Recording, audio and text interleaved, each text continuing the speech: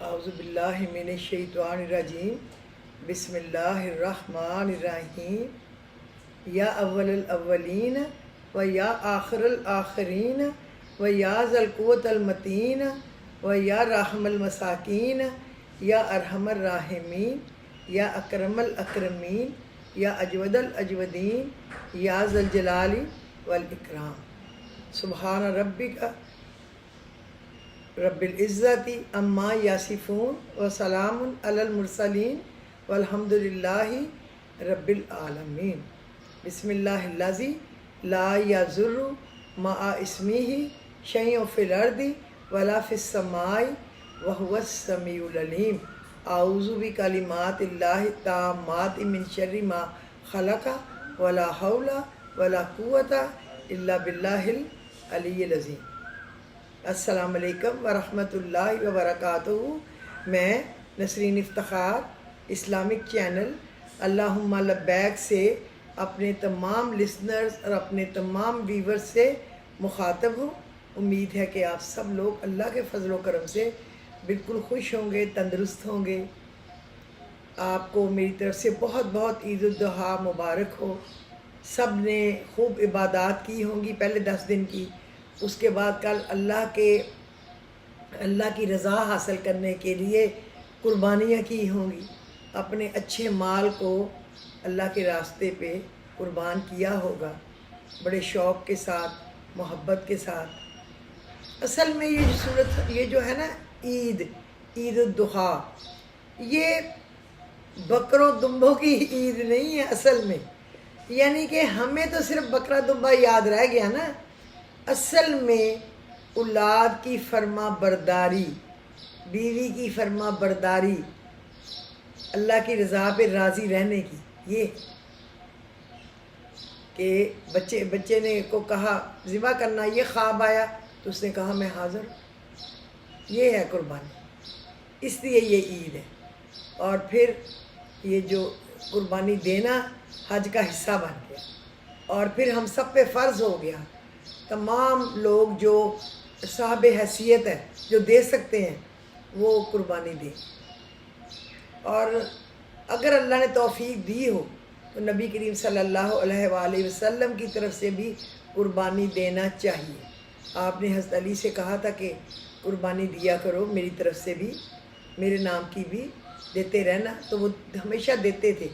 باقی بھی جتنے خلفائے راشدین گزرے ہیں یا کوئی ہم جیسے گناہگار بھی گزرے ہیں، ایسے بے شمار لوگ ہیں جو نبی صلی اللہ علیہ وسلم کی ثواب کے لیے قربانی دیتے ہیں اللہ کے نام کی۔ اللہ سب کی ساری دعائیں قبول کرے، ساری مشکلات کو آسانیوں میں بدل دے۔ اللہ سب کے لیے بس اچھا اچھا اچھا اچھا اچھا ہی کر دے، نہ کسی کے لیے کسی کے دل میں کوئی رنجش رہے، نہ کسی میں جیلسی رہے، نہ کسی میں کسی قسم کا کوئی حسد یا نقصان پہنچانے والی چیز ہو۔ کسی کو کچھ نہ دیں، لیکن ایک مسکراہٹ تو دے سکتے ہیں نا، اس پہ کوئی پیسے نہیں لگتے۔ مسکرانا بالکل فری ہے، فری آف کاسٹ، اور اس سے پتہ ہے آپ کی صحت بھی اچھی رہتی ہے اور آپ کی تندرستی بھی اللہ تعالیٰ نصیب کرتا ہے۔ تو اس لیے اگر کسی کو کچھ نہیں دے سکتے تو اسمائل تو دے نا، اللہ بھی راضی، بندہ بھی راضی، آپ بھی راضی، تو بس سب اچھا اچھا۔ تو میں 3-4 دن آپ کے لیے ویلاگ نہیں کر سکی۔ آج بھی میں نے کوئی بہت تیاری کر کے نہیں کر رہی، اس لیے کہ آج میں نے کہا حاضری تو لگوائیں نا، بعد میں پھر اللہ خیریت رکھے جو بھی ہوگا۔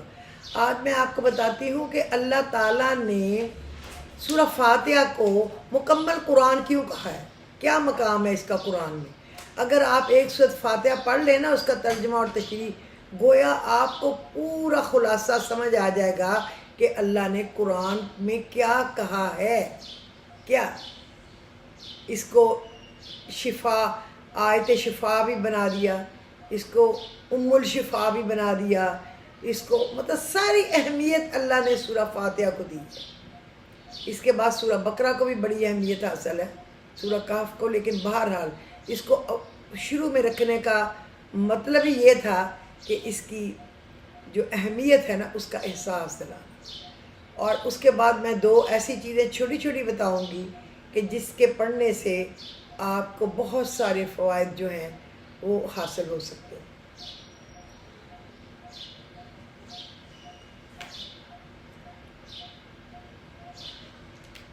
یہ جو ہے نا، میں آج اس میں یہ بتاؤں گی کہ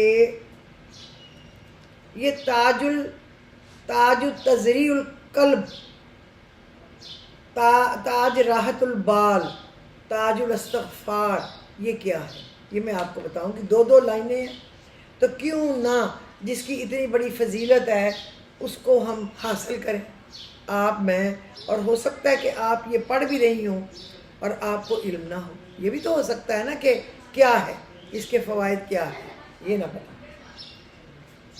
تو سورۃ فاتحہ جو ہے نا، بسم اللہ الرحمن الرحیم، جیسے کہ ہم پڑھتے ہیں الحمدللہ رب العالمین، تمام تعریفیں اللہ کی ہیں جو تمام ہم کہتے ہیں عالمین کا رب ہے۔ الرحمن الرحیم جو رحمان ہے اور رحیم ہے۔ مالک یوم الدین جو یوم الدین آخرت کے دن، حساب کتاب کے دن کا مالک ہے۔ ایاک نعبد و ایاک نستعین، ہم تیری عبادت کرتے ہیں، تجھی سے مدد مانگتے ہیں۔ اہدنا الصراط المستقیم، ہمیں سیدھا راستہ دکھا۔ صراط الذین انعمت علیہم، ہمیں ان لوگوں کا راستہ دکھا سیدھا جن پر تو نے انعام کیا۔ غیر المغضوب علیہم، نہ کہ ان لوگوں کا جن پہ تو ناراض ہوا، معتوب ہوا جن سے۔ آمین، ٹھیک ہے، یہ تو ہم عام لفظوں میں پڑھتے ہیں، لیکن آج میں آپ کو اس کا بہت ہی پیارا مطلب اور تشریح بتاتی ہوں۔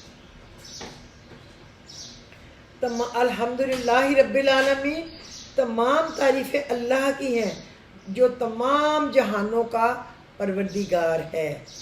الرحمن الرحیم، جو سب پر مہربان ہے، بہت مہربان ہے، یہ اس کا مطلب ہے۔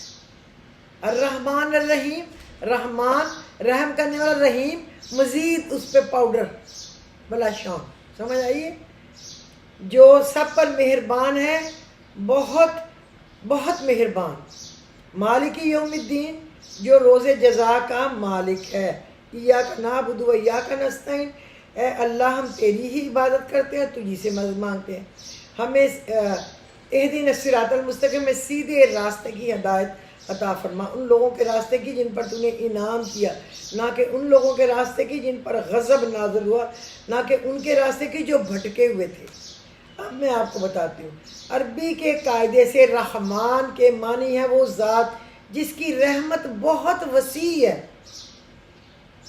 جو ایکسٹینسو ہے، ایکسٹینسو، بہت وسیع، جس کو کوئی حد و حساب نہیں، یعنی اس رحمت کا فائدہ سب کو پہنچتا ہے، سب کو، ہر ایک کے لیے جو مخلوق اس نے پیدا کی ہے، جن و انس جو بھی ہیں، سب کو اس کا فائدہ پہنچتا ہے، ٹھیک ہے۔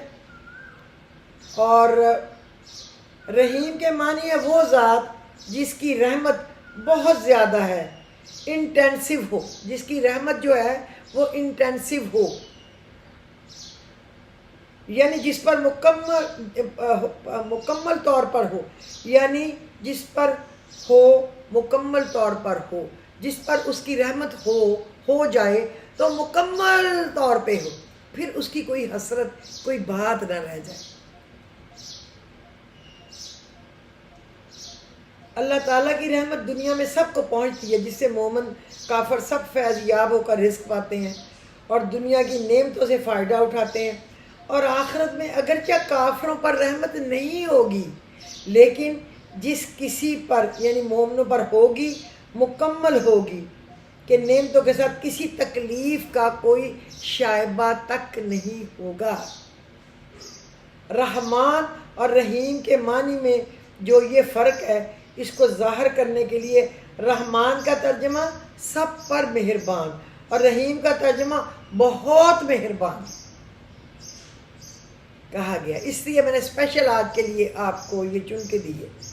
اگر آپ کسی عمارت کی تعریف کریں، کسی بلڈنگ کی، تو در حقیقت اس کے بنانے والے کی تعریف ہوتی ہے، یعنی جو اس کا آرکیٹیکٹ ہے نا، اس کی تعریف ہے۔ جب اس کے آرکیٹیکچر کی تعریف ہوتی ہے تو آرکیٹیکٹ کی تعریف ہوتی ہے نا، لہٰذا اس کائنات میں جس کس چیز کی تعریف کی جائے وہ بالآخر اللہ ہی کی تعریف ہے، کیونکہ وہ چیز اس کی بنائی ہوئی ہے، تمام جہانوں کا پروردگار کہہ کر اس طرف اشارہ بھی کر دیا گیا ہے۔ انسانوں کا جہان ہو یا جانوروں کا، جمادات کا جہان ہو یا نباتات کا، آسمانوں کا جہان ہو یا ستاروں کا، سیاروں اور فرشتوں کا، سب کی تخلیق اور پرورش اللہ کا ہی کام ہے اور اللہ کے ہی ذمے ہے۔ اللہ کرے آج آپ کو اس کی پوری تفصیل کے ساتھ سمجھ آ جائے، اور ان جہانوں میں جو کوئی چیز قابل تعریف ہے وہ اللہ کی تخلیق اور شان ربوبیت ہے۔ اللہ کی شان ربوبیت کہ وہ ہمارا رب ہے، وہ شان، اور اس نے جو تخلیق کیا، کیسے تخلیق کیا، کیا تخلیق کیا، یہی اس کی تعریف ہے۔ روز جزا کا مطلب ہے وہ دن جب تمام بندوں کو اس کی دنیا میں کیے ہوئے اعمال کا بدلہ دیا جائے گا۔ یوں تو روز جزا سے پہلے بھی کائنات کی ہر چیز کا اصلی مالک اللہ تعالیٰ ہی ہے، لیکن یہاں خاص طور پر روز جزا کے مالک ہونے کا ذکر اس لیے کیا گیا ہے کہ دنیا میں اللہ تعالیٰ نے ہی انسانوں کو بہت سی چیزوں کا مالک بنایا ہوا ہے۔ یہ ملکیت اگرچہ ناقص اور عارضی ہے، ٹیمپریری ہے، اس کے پاس ہمیشہ کی نہیں ہے، تاہم ظاہری صورت کے لحاظ سے ملکیت ہی ہے، لیکن قیامت کے دن جب جزا و سزا کا مرحلہ آئے گا تو یہ ناقص اور عارضی ملکیتیں جو ہیں یہ بھی ختم ہو جائیں گی، فنش، بس اللہ ہی مالک ہوگا۔ اس وقت ظاہری ملکیت بھی اللہ تعالیٰ کے سوا کسی کی نہیں ہوگی۔ یہاں سے بندوں کو اللہ تعالیٰ سے دعا کرنے کا طریقہ سکھایا جا رہا ہے، اور اسی کے ساتھ یہ واضح کر دیا گیا ہے کہ اللہ تعالیٰ کے سوا کوئی کسی قسم کی عبادت کے لائق نہیں، نیز ہر کام میں حقیقی مدد اللہ تعالیٰ ہی سے مانگنی چاہیے، کیونکہ صحیح معنوں میں کارساز اس کے سوا کوئی نہیں۔ دنیا کے بہت سے کاموں میں بعض اوقات کسی انسان سے جو مدد مانگی جاتی ہے وہ اسے کارساز سمجھ کر نہیں مانگی جاتی، بلکہ ایک ظاہری سبب سمجھ کر مانگی جاتی، کیونکہ بندہ کچھ دے ہی نہیں سکتا۔ بندہ کیسے دے گا؟ جو خود اللہ تعالیٰ کا محتاج ہے وہ کسی کو کیا دے گا؟ جو خود منگتا ہے وہ کسی کو کیا دے گا؟ منگتا کسی کو دے سکتا ہے؟ آف کورس کہ کچھ بھی نہیں دے سکتا، 0/0 بھی نہیں دے سکتا۔ تو یہ اس لیے اللہ نے اس کو شروع میں رکھا ہے کہ یہ ایک بہت بڑی صورت ہے، اس میں جو ہے نا یا اللہ یا رحمان یا رحیم، یہ ایک قسم کی چابی ہے آپ کی مستجاب الدعوات بننے کی چابی ہے، جو یا رحمان یا رحیم یا کریم۔ اس کے بعد اس میں آتا ہے ایاک نعبد و ایاک نستعین اہدنا الصراط المستقیم۔ تو یہ صبح شام ایک تسبیح پڑھنی چاہیے، اے اللہ تیری عبادت کرتے ہیں، تجھی سے مدد مانگتے ہیں، ہمیں سیدھا راستہ دکھا۔ استخارے کے لیے بھی لوگ اس کو پڑھتے ہیں، اس کو پڑھنے کا بہت ہی زیادہ ثواب ہے۔ اگر کسی مریض کو 41 ٹائم روزانہ سورہ پڑھ کے یہ فاتحہ دی جائے تو اس کو لازمی شفائے کاملہ عاجلہ عطا اللہ کرتا ہے، اگر اس کی زندگی ہونی چاہیے نا، وہ تو اللہ نے لکھی ہوئی ہے۔ اور اسی طرح اگر یہ 100 دفعہ روزانہ پڑھیں تو جس کام کے لیے پڑھیں وہ دعا اللہ کے فضل و کرم سے قبول ہے، مقبول ہے۔ پڑھ کے تو دیکھیں، پھر آپ کو نظارے ملیں گے کہ کیا ہے۔ اب میں آپ کو یہ بتاؤں کہ جو میں نے آپ کو یہ بتانا تھا نا کہ وہ چھوٹی 2-3 چیزیں ہیں، وہ کیا ہیں، وہ میں آپ کو بتا دوں کہ تاج الاستغفار کسے کہتے ہیں؟ تاج الاستغفار وہ ہے، آپ سب پڑھتے ہوں گے، بتانے کی ضرورت ہے کہ یہ استغفار کا تاج ہے۔ اللہم انت ربی لا الہ الا انت خلقتنی وانا عبدک وانا علی عہدک ووعدک ما استطعت اعوذ بک من شر ما صنعت ابوء لک بنعمتک علی وابوء ذنبی فاغفر لی انہ لا یغفر الذنوب الا انت۔ آپ ایک دفعہ بھی پڑھ لینا صبح شام تو بہت ہے، لیکن اگر آپ کو تھوڑا سا زیادہ پڑھ لیں تو یہ سید الاستغفار ہے، دخول جنت کا پروانہ ملتا ہے گویا اس سے، اگر آپ یہ استغفار پڑھ لیں۔ اللہ آپ کو بہت ساری توفیق دے اس پہ کام کرنے کی۔ اور یہ جو ہے نا تاج تزریع القلب، یہ صبح شام کی دعائیں ہیں، ہر کوئی پڑھتا ہے، ہم میں سے ہم بچپن سے ہمارے پیرنٹس پڑھتے تھے، ہمارے ددیال ننیال والے ماموں پھوپھی خالہ یا ہمارے نانا نانی دادا دادی پڑھتے تھے، اس کے بعد ہم نے اپنے پیرنٹس کو دیکھا، اس کے بعد ہم لوگ پڑھ رہے ہیں. اللہ کرے کہ ہماری اولادیں بھی پڑھیں، جو کہ اب آگے ٹرانسفر ہو نہیں پا رہا، کیونکہ یہ جو فون اور یہ جو ٹی وی ہے، اس ایکٹیویٹی نے ہمارے دنیا کے نظام کو سب الٹ پلٹ کر دیا. تاج تزریح القلب جو ہے نا، قلب نہیں کرب، تاج تزریح القرب لا الہ الا انت سبحانک انی کنت من الظالمین. اس سے آپ کے دل کی تکلیف اور پریشانیاں جو ہیں وہ دور ہوتی ہیں. تاج راحت البال، جو آپ کو ہر غم ہر فکر سے راحت البال کر دے، وہ ہے لا حول ولا قوت الا باللہ العلی العظیم. کتنی چھوٹی چیزیں ہیں، لا حول ولا قوت الا باللہ العلی العظیم پڑھنا. کتنی چھوٹی چھوٹی چیزیں ہیں جو میں نے لا الہ الا انت سبحانک انی کنت من الظالمین 40 ٹائم تو پڑھنا ضروری ہے، لا الہ الا انت سبحانک انی کنت من الظالمین. لیکن اس کو اگر 100 دفعہ پڑھ لے، اور اگر اس سے زیادہ 400-500 دفعہ پڑھ لے، تو ہر مشکل پریشانی سے نجات ہے. یہ کوئی ہمارے ساتھ دشمنی کرنے والا ہے جو لوگوں کو کہتا ہے گرم ہے. یہ ہم نے چولہے پہ بیٹھ کے نہیں پڑھنی، آپ نے اپنے کرسی پہ صوفے پہ بیٹھ کے پڑھنی ہے. بالکل توے پہ نہیں بیٹھنا تاکہ آپ جلنے سے بچ جائیں. کسی پیر پانی میں ڈبونے کی ضرورت نہیں، یہ بالکل آگ نہیں لگاتا، ورنہ اب تک میں جل گئی ہوتی. ٹھیک ہے، یہ چھوٹی چھوٹی چیزیں ہیں. رضیت باللہ ربا و بالاسلام دینا و بمحمد رسول النبی، جو یہ پڑھے گا اللہ اس سے راضی ہوگا حساب والے پہ. تو ہمیں کیا چاہیے؟ یہی چاہیے نا. اس عشرے پورے کا جو عبادت ہے نا، وہ ہے ربنا آتنا فی الدنیا حسنہ وفی الآخرۃ حسنہ وقنا عذاب النار. اور دوسری ہے لا حول ولا قوت الا باللہ. اس کو چھوڑنا نہیں ہے، پڑھتے رہنا. 10 دن تک آگے آپ نے پڑھتے رہنا اور چھوڑنا نہیں. اللہ آپ کو پڑھنے کی، عمل کرنے کی توفیق دے، مجھے بھی، اور اللہ ہمیں سیدھے راستے پہ چلنے کی، اچھے کام کرنے کی توفیق دے. خوش رہا کریں، اللہ کی نعمتوں پہ شکر، دل سے شکر کیا کریں، اور اپنے بڑوں کی عزت کیا کریں، چھوٹوں سے محبت کیا کریں، احترام کیا کریں. اللہ بہت بہت بڑا ہے.